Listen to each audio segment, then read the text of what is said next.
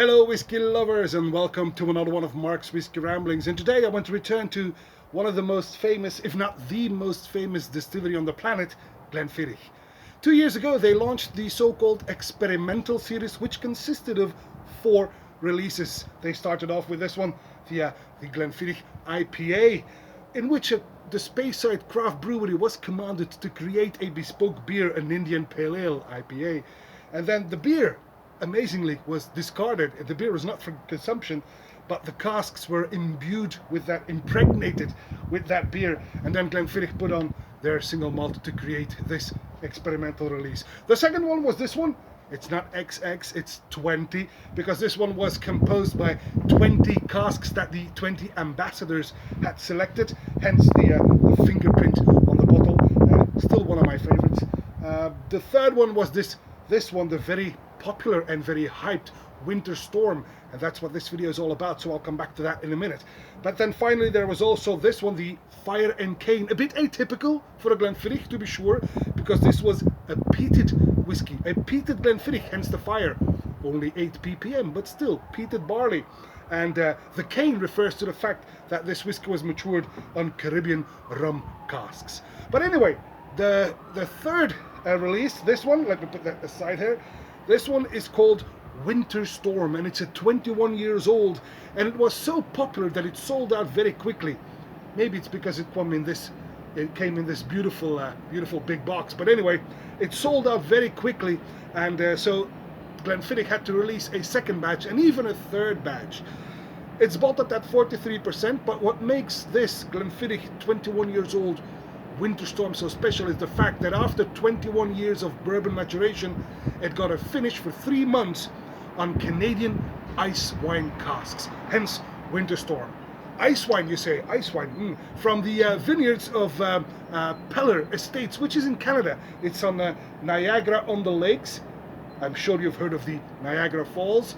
There you have it. So the vineyards of Niagara, the Peller Estates vineyards, they have this tradition, and it's not just folklore, but they harvest their grapes for the ice wine by -10 degrees and moonlight. Sounds almost like something from a horror movie, but it's not the case. And it's not just folklore either. They do it at that time, -10 degrees, moonlight, because at that moment the grapes have their they have their highest concentration of natural sugars. Now, I've had the opportunity to taste the ice wine itself, and it's an absolutely stunning, very sweet dessert wine. Now, those casks were selected by Brian Kinsman, the master blender of Glenfiddich Distillery, and he used it to create this Winter Storm. Brian said, well, I read it somewhere, that he tried it with several vintages of Glenfiddich, but only the 21 years old seemed to be mature enough to withstand the power of the ice wine casks. Anyway, my only point of criticism is the fact that it is bottled at 43% ABV. You know my standpoint on this. I think it's a bit low. 40 and 43 to my taste. Well, anyway, it's got this beautiful copper color. 21 years old, 3 months in an ice wine cask. The Glenfiddich 21 years old Winter Storm on the nose. Well, it's a delicate nose with the typical sweetness and the typical softness as well from Glenfiddich, with those crispy green apples in there. But in this case, it is quite enhanced by the wine. I get some honey and candied fruit, a bit tropical even, some papaya, some pineapple, some apricots, and soft spices from the oak. This is actually quite delicious. Yes, delicious indeed on the palate.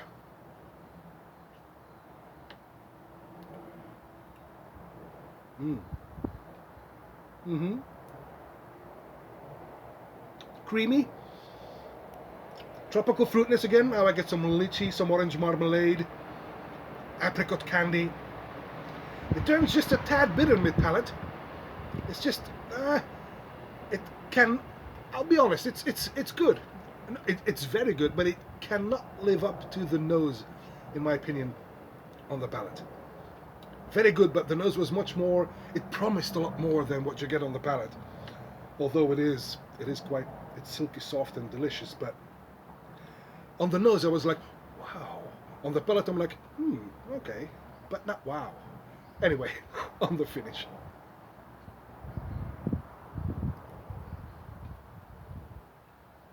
Well, that finish is rather short, and I get some caramel, some wine, and this bitter note like the pith from a grape. If you bite in it, that's what I'm getting in the finish here. Well, it was a hugely hyped whiskey, and therefore it has become rather expensive, especially batch number one. If you look at auctions, you will double what you initially had to pay for it, and it wasn't cheap to begin with, but still, in my opinion, just a tad too much for what you get. But hey, therefore it's not my favorite from the series, because quality-wise, price-wise, my favorite is still the 20. But there you have it. Anyway, some final words. Let me assure you, whiskey does not kill the coronavirus, all right? But it cannot hurt to have your daily dram either. So please, take good care of yourself and take good care of your loved ones. And that's all for this Whisky Rambling, and I hope to see you at one of Mark's Whisky Ramblings real soon. And until then, may the malt be with you.